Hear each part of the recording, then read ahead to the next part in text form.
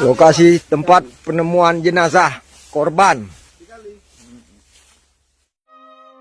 Baru-baru ini, masyarakat Lampung digegerkan dengan penemuan sesosok tubuh gadis muda berusia 15 tahun yang mengapung di sebuah lebung area perkebunan tebu milik PT Gunung Madu Plantation atau GMP berlokasi di Kampung Gunung Batin Udik, Kecamatan Terusan Nunyai, Kabupaten Lampung Tengah. Anak remaja itu diduga dihabisi hidupnya oleh seorang pria berusia 42 tahun. Apa yang sebenarnya terjadi dan apa hubungannya antara pelaku dan korban sampai tega mengambil nyawanya? Yuk langsung aja kita masuk ke ceritanya. Korban tadi bernama Arum Dewi Rantika, berusia 15 tahun 10 bulan, yang statusnya masih seorang pelajar kelas 10 jurusan Teknik Kendaraan Ringan atau TKR di SMK Muhammadiyah Seputi Rahman. Belum banyak informasi mengenai profil Arum ini. Namun berdasarkan beberapa informasi yang kami dapat, Arum merupakan gadis muda yang cukup aktif di lingkungan sekolahnya. Dia bahkan mengikuti kegiatan ekstrakurikuler voli yang kadang turut serta berpartisipasi dalam tanding antar kelas maupun antar sekolah. Sebelum ditemukan meninggal, Arum juga sempat mengikuti kegiatan kemah PTQ yang diadakan oleh sekolah. Dan menurut teman-teman sekelasnya, Arum dikenal sebagai sosok yang kalem, baik, ceria, ramah, sekaligus suka bercanda.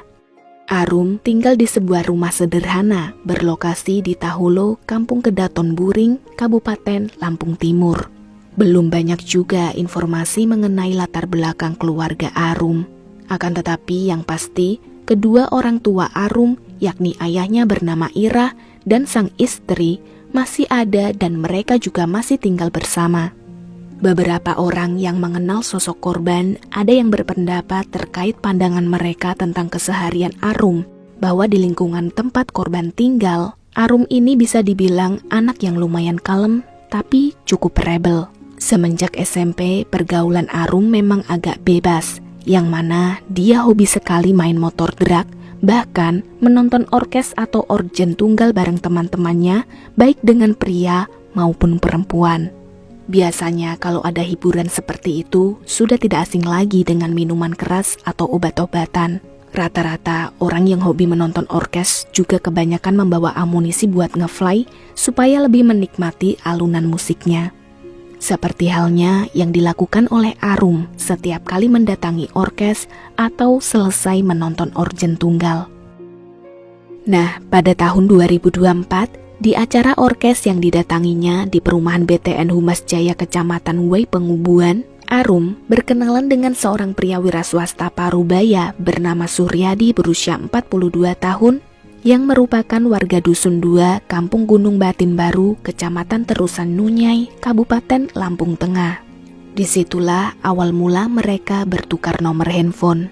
Kedekatan mereka tersebut berlanjut mulai dari saling menanyakan kabar melalui pesan, kemudian mengajak ketemuan lagi, sampai pada akhirnya mereka menjalin hubungan terlarang, karena Suryadi sudah memiliki istri dan anak. Arum tentu tahu Suryadi sudah berkeluarga, namun dia tetap mempertahankan kisah cintanya dengan Suryadi, sebab dengan om-om itulah Arum bisa mendapatkan uang jajan tambahan. Mengenai hubungan mereka, pihak keluarga tidak tahu sama sekali. Hanya teman-teman dekat Arum saja yang tahu akan hubungan mereka. Beberapa teman dekatnya ada yang sudah berusaha menasehati agar Arum mau mengakhiri hubungannya dengan Suryadi, tapi rupanya nasihat mereka tidak dihiraukan. Arum masih mempertahankan kisah cinta terlarangnya itu. Gaya berpacaran dia bahkan bak pasangan suami istri, yang mana dalam kurun waktu 1 tahun menjalin hubungan, diketahui mereka sudah pernah melakukan hubungan badan sebanyak 10 kali. Dan setiap kali habis berhubungan, Arum pasti minta jatah uang.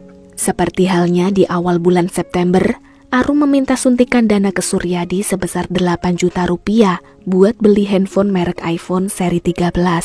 Dimintai uang yang nominalnya cukup besar, Suryadi hanya menjawab akan mengusahakan memenuhi permintaan Arum, tapi sabar dulu, dia akan carikan uang tersebut. Akan tetapi siapa sangka, dari permintaan Arum yang pengen dibelikan HP ke Suryadi inilah yang menjadi pemicu terjadinya insiden Arum dihabisi usai menonton orgen tunggal. Berikut kronologinya.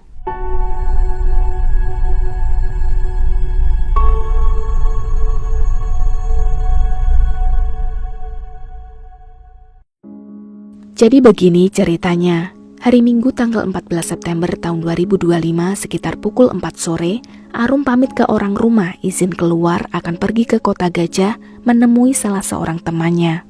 Namun rupanya Arum berbohong. Dia bilang gitu hanya untuk alasan saja supaya bisa keluar rumah biar orang tuanya tidak banyak tanya.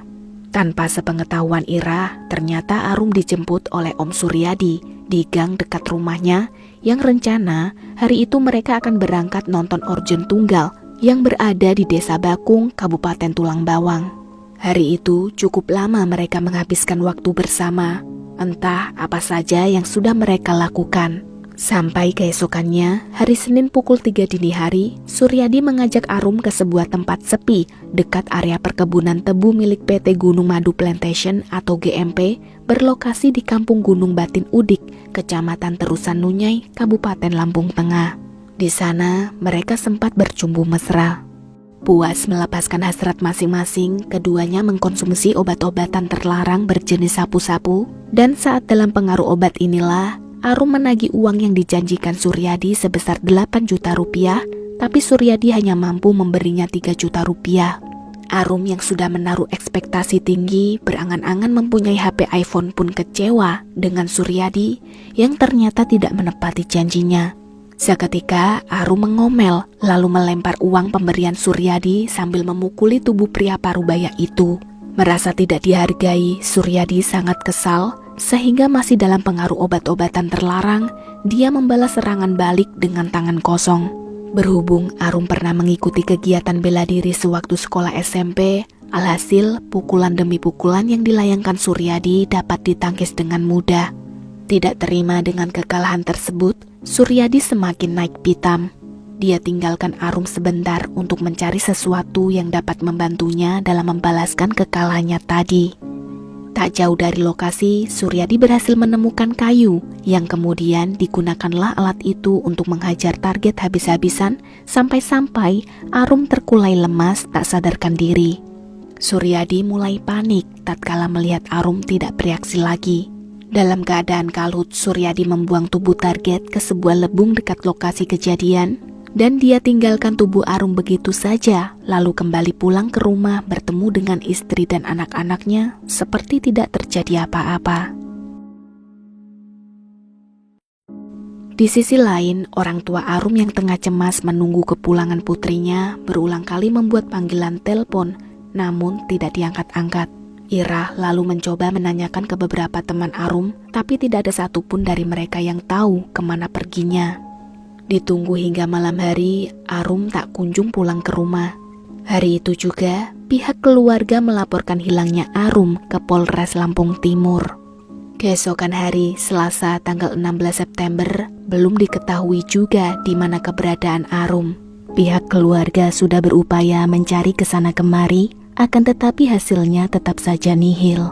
Sementara menanggapi laporan dari Ira, pihak kepolisian menginformasikan kepada seluruh jajaran Polres Lampung bahwa ada laporan kehilangan seorang anak gadis SMK bernama Arum tadi yang diketahui terakhir pamit izin pergi ke Kota Gajah di Lampung Tengah. Mengetahui informasi tersebut, khususnya Polres Lampung Tengah yang melayani daerah tempat di mana diduga Arum terakhir kali berada, mereka langsung bergerak cepat mulai melakukan serangkaian penyelidikan. Sedangkan di situasi lain, Suryadi yang berada di rumah, pikirannya mulai terganggu dengan apa yang telah dia lakukan kepada Arum. Perasaan bersalah, takut, dan cemas bercampur aduk menjadi satu, membuat dia terjaga semalaman sebab tidak tenang memikirkan kejadian kemarin. Perasaan itulah yang kemudian mendorong Suryadi nekat menenggak obat tikus, berharap mati seketika setelah mengkonsumsinya. Akan tetapi bukannya langsung tewas, Suryadi justru tersiksa karena masih dalam keadaan setengah sadar. Dia mengalami kejang-kejang hebat. Istri beserta anak-anaknya yang mengetahui ayahnya berusaha bundir langsung melarikan Suryadi ke Rumah Sakit Yuku Medical Center atau YMC. Beberapa saat setelah mendapat perawatan, Keadaan Suryadi yang sudah membaik mulai dihujani pertanyaan-pertanyaan dari istri dan anaknya yang menanyakan mengapa Suryadi nekat mencoba mengakhiri hidupnya. Dengan beruraian air mata, Suryadi mengatakan kalau dia sudah membunuh orang yang selama ini menjadi simpanannya. Dia juga memberitahu di mana jasad selingkuhannya berada. Sontak sang istri kaget mendengar pengakuan sang suami. Dan tanpa berpikir panjang, pada hari Rabu pagi sekitar pukul 7, istri Suryadi melaporkan perbuatan suaminya ke kepala kampung setempat. Lalu laporan itu diteruskan ke pihak kepolisian Lampung Tengah. Menindaklanjuti informasi tadi, petugas mendatangi rumah sakit, menginterogasi serta menanyakan di mana keberadaan orang yang sudah dibunuhnya. Begitu sudah mengantongi informasi lokasi pembuangan jenazah, polisi kemudian bergegas mendatangkan beberapa personil ke TKP untuk melakukan pencarian. Berhubung tersangka masih berada di rumah sakit, petugas juga mengumpulkan informasi dari warga setempat. Apakah dari mereka pernah melihat seorang parubaya bersama seorang gadis datang ke daerah sana? Dan kemana kira-kira keduanya terakhir kali terlihat? Dari pengumpulan informasi tersebut, diketahui bahwa benar ada salah satu warga di sana sempat melihat mereka berdua masuk ke area perkebunan tebu kawasan PT GMP. Polisi lantas bergegas menyisir area itu dan tak lama kemudian jasad pun ditemukan mengapung di Lebung pada hari Rabu 17 September 2025 sekitar pukul 12:30 siang. Setelah penemuan jasad tadi, pihak Polres Lampung Tengah mencocokkan kesamaan ciri-ciri orang hilang dari Lampung Timur kemarin Selasa. Lalu berdasarkan dari ciri fisik beserta pakaian yang terakhir kali dipakai, yakni mengenakan celana jeans biru dan kemeja motif berwarna abu-abu hitam, pihak keluarga meyakini sepertinya jasad itu adalah Arum. Apalagi setelah mendengar informasi dari salah satu teman dekat Arum yang memberikan keterangan kalau pada hari Minggu, diketahui Arum pergi bersama kekasihnya yang merupakan seorang pria parubaya. Positif sudah, bisa jadi jasad yang ditemukan polisi benaran Arum. Jasad tadi kemudian dievakuasi ke RSUD Demang Sepulau Raya Lampung Tengah guna kepentingan otopsi. Sementara pihak keluarga Arum bergegas mendatangi rumah sakit untuk melihat jasad yang barusan dievakuasi. Begitu tiba dan melihat secara langsung, orang tua Arum sangat terpukul sebab ternyata benar jasad itu adalah putri kesayangan mereka. Ira sungguh tidak menyangka kalau nasib anaknya akan berakhir seperti ini. Terlebih setelah mengetahui kalau pelakunya merupakan seorang pria parubaya yang selama ini menjadi sugar daddy putrinya. Mereka sungguh tidak tahu Arum menjalin hubungan dengan suami orang karena Arum tidak pernah cerita sama sekali tentang hubungannya dengan Suryadi. Hanya beberapa teman dekat Arum saja yang mengetahui hubungan tersebut. Untuk sementara, kasus masih dalam tahap penyidikan. Bahkan hingga skrip ini dibuat, belum diterbitkan lagi berita mengenai apakah Suryadi sudah dibawa ke kantor polisi atau belum. Begitu pula dengan hasil otopsi keseluruhan juga belum dipublikasikan. Namun kendati demikian, hasil visum luar menyebutkan adanya luka lebam pada beberapa bagian tubuh korban akibat pukulan benda tumpul. Dan setelah dilakukan pencocokan dengan alat bukti yang berhasil diamankan polisi, ternyata sesuai benda tumpul yang dimaksud adalah potongan kayu yang digunakan pelaku dalam memukuli korban. Tak hanya kayu, polisi juga berhasil mengamankan bukti lain berupa satu buah alat hisap sabu dari teh merek Rio, satu buah tas selempang tanpa merek berwarna putih coklat, 2 batang kayu berukuran 1 meter, 1 unit sepeda motor Honda Beat berwarna biru putih tanpa nopol, dan sejumlah barang bukti lainnya. Atas perbuatan Suryadi tersebut, Ibtu Danil Hamidi mengatakan pelaku dijerat pasal 338 KUHP tentang pelenyapan nyawa dan atau pasal 351 ayat 3 KUHP tentang penganiayaan dengan ancaman hukuman 7 tahun penjara atau paling lama 15 tahun penjara.